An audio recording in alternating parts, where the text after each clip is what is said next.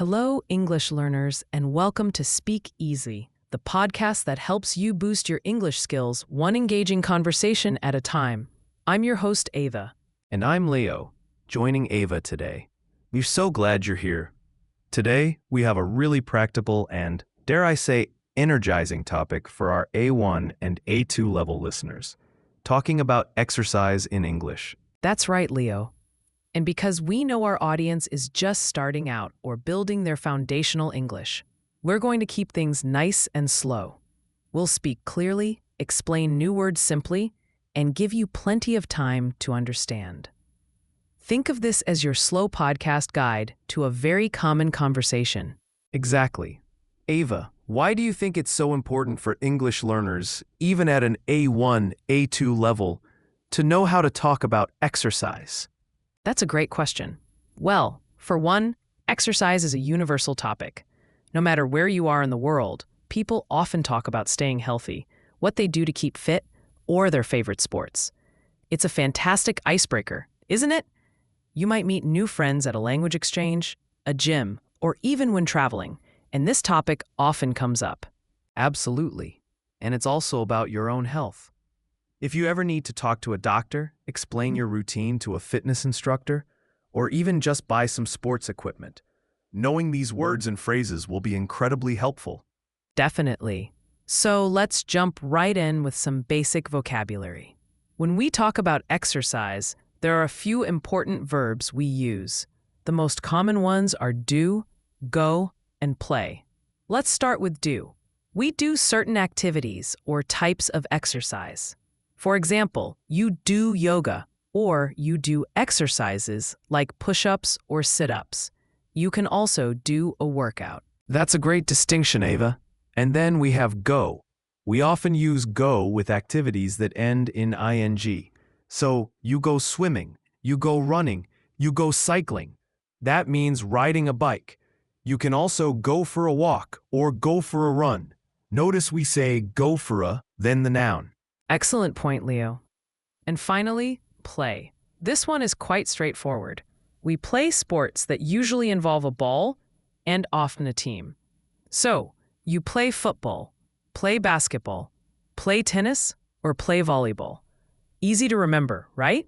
Yes, play is usually for sports. And there's one more very general verb, workout. When you work out, it simply means you do physical exercise. It's very common to say, I work out at the gym, or I work out in the mornings. Perfect. So do, go, play, and work out are your core verbs. Now, let's think about some common types of exercise and where people do them. Leo, what are some popular ways people exercise? Well, Ava, many people go for a walk in the park or around their neighborhood. It's simple and free. Others go running or go jogging, maybe in a park or on a track. And of course, swimming is very popular, often done at a pool. Yes, and cycling, riding a bicycle, is great both for exercise and for getting around. Many people also go to a gym. That's a place with machines and weights to lift weights or do exercises. And yoga is a wonderful way to improve flexibility and strength, often done at home or in a studio. Great examples. So now you have some verbs and some activities. Let's put them together into simple questions and answers. If you want to ask someone if they exercise, you can simply say, do you exercise? And a simple answer could be, yes, I do, or no, not really. If you want more information, you can ask, what kind of exercise do you do?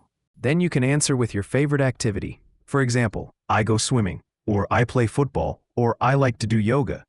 Another common question is about frequency. How often do you work out? For this, we use words like every day, daily, twice a week, 3 times a week, often, sometimes, or rarely. So you might say, I go to the gym 3 times a week, or I walk every day. Perfect. And it's good to remember those frequency words. Daily means every day. Weekly means every week. Often means many times. Sometimes means not always. And rarely means almost never. Now let's quickly touch on why we exercise and how it makes us feel. Leo, why do you exercise? I exercise to stay healthy and strong. It also helps me feel energetic and happy. When I don't exercise, I feel a little bit tired and slow. After I work out, I feel good and relaxed, even if I'm a little tired. Those are excellent adjectives for our A1-A2 listeners to learn. Healthy, strong, energetic, tired, relaxed, and happy. It's all about how our bodies and minds feel. Remember, English is not just about words, but about expressing yourself and your feelings. Exactly. So for our listeners, here's a little challenge. Think about your own exercise routine. What do you do? How often? Where? Try to form 2 or 3 simple sentences in English, right now, in your head, or even out loud. That's a fantastic idea, Leo. Even if you don't do much exercise, you can say, I walk every day, or I don't do much exercise, but I like to walk. The important thing is to try to use the English you've learned today. And remember, because this is a slow podcast for A1-A2 learners, you can always pause, go back, and listen to parts again. Practice saying the words and phrases out loud. Repetition is your friend when learning a new language. All right, so let's quickly recap what we've covered today, shall we? We learned that talking about exercise is super useful for everyday English conversations. Yes, and we focused on those key verbs. Do for activities like yoga, go for activities ending in ing like swimming, play for sports with a ball, and the general term workout. We also looked at how to ask and answer simple questions, like do you exercise and how often do you work out, using frequency words like daily and twice a week. And we touched on how exercise makes us feel, using words like healthy, energetic, and relaxed. It's all about building those basic communication bricks. Absolutely.